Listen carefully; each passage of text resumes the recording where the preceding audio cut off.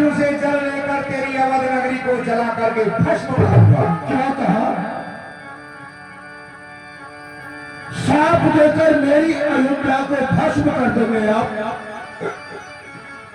अगर आपको ऐसा करना अच्छा लग रहा है, अगर आपको अच्छा लग रहा है तो आप साफ देकर मेरी इस अयोध्या को भस्म कर दीजिए, मेरी प्रजा को नष्ट कर दीजिए, लेकिन राम आपको नहीं देगा। नहीं देगा, नहीं देगा।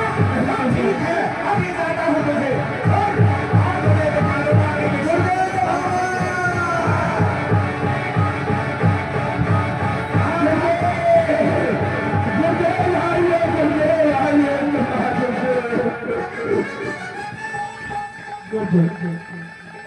क्या हुआ राजा?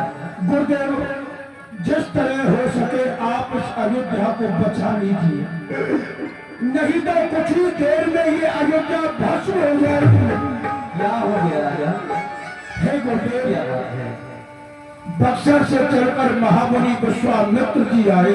क्या महामुनि विश्वामित्र राम लक्ष्मण को यज्ञ की रक्षा करने के लिए मेरे पुत्र राम लक्ष्मण को लेने के लिए आए। अच्छा, मैंने कहने से मना कर दिया, उनको क्रोध आ गया और कहा मैं सरजू से जल लाऊंगा, तेरी अयोध्या को भस्म कर दूंगा, आप बचा लीजिए। ऐसा कोई बात नहीं राजा, मैं देखता हूँ महामुनि विश्वामित्र को। इधर विश्वामित्र जी, ये राजा दशरथ ऐसे नहीं मानेगा। मैं इस जल लेकर के शल्यू को नष्ट कर दूंगा, अवध नगरी को जल जाए, हरी हरी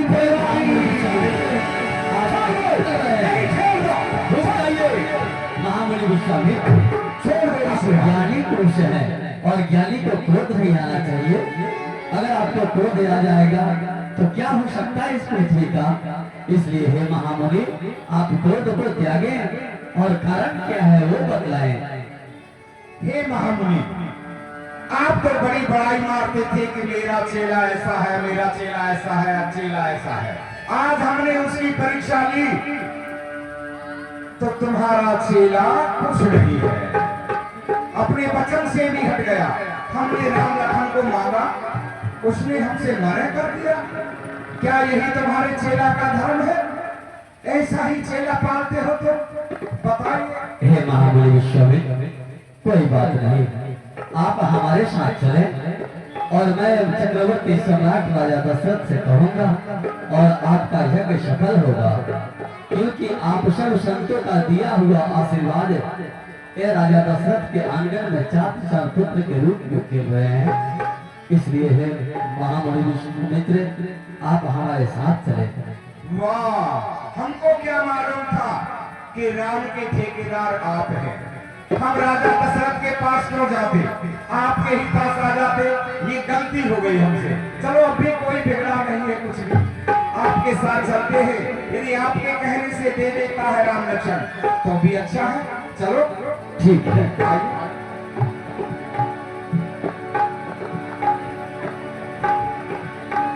कल्याण हो। बताइए गुरुदेव, मेरे लिए क्या आदेश है? हे राजा, आप राम लक्ष्मण को महामुनि विश्वामित्र को दे दिया जाए। जय हो, जय हो, जय हो, धन्य है आपके लिए। अब जैसे आपका आदेश हुआ है, अब मुझे खुशी है, क्योंकि आपके आशीर्वाद से ही और मुझे पुत्र प्राप्त हुए। तो बिना गुरु के आदेश के बिना शिष्य कोई कार्य नहीं कर सकता। इसलिए अब आपका आदेश है, मुझे प्रसन्नता है। श्रीमान महामंत्री जाओ और महलों से हमारे दोनों पुत्र राम लक्ष्मण को लेकर के आओ। हृदय